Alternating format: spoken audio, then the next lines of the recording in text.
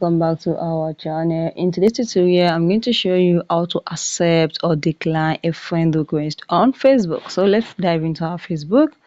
This is our Facebook. When you open your Facebook, there's this button here. This is no, sorry. Okay, so this is it. This menu button here. These are where your friends list are. So these are the friend requests that you have. So if you want to confirm here now, that means you want to accept this friend request. So let me just confirm, and we are now friends. So I have accepted this friend request. If I want to decline, I'll just click on delete.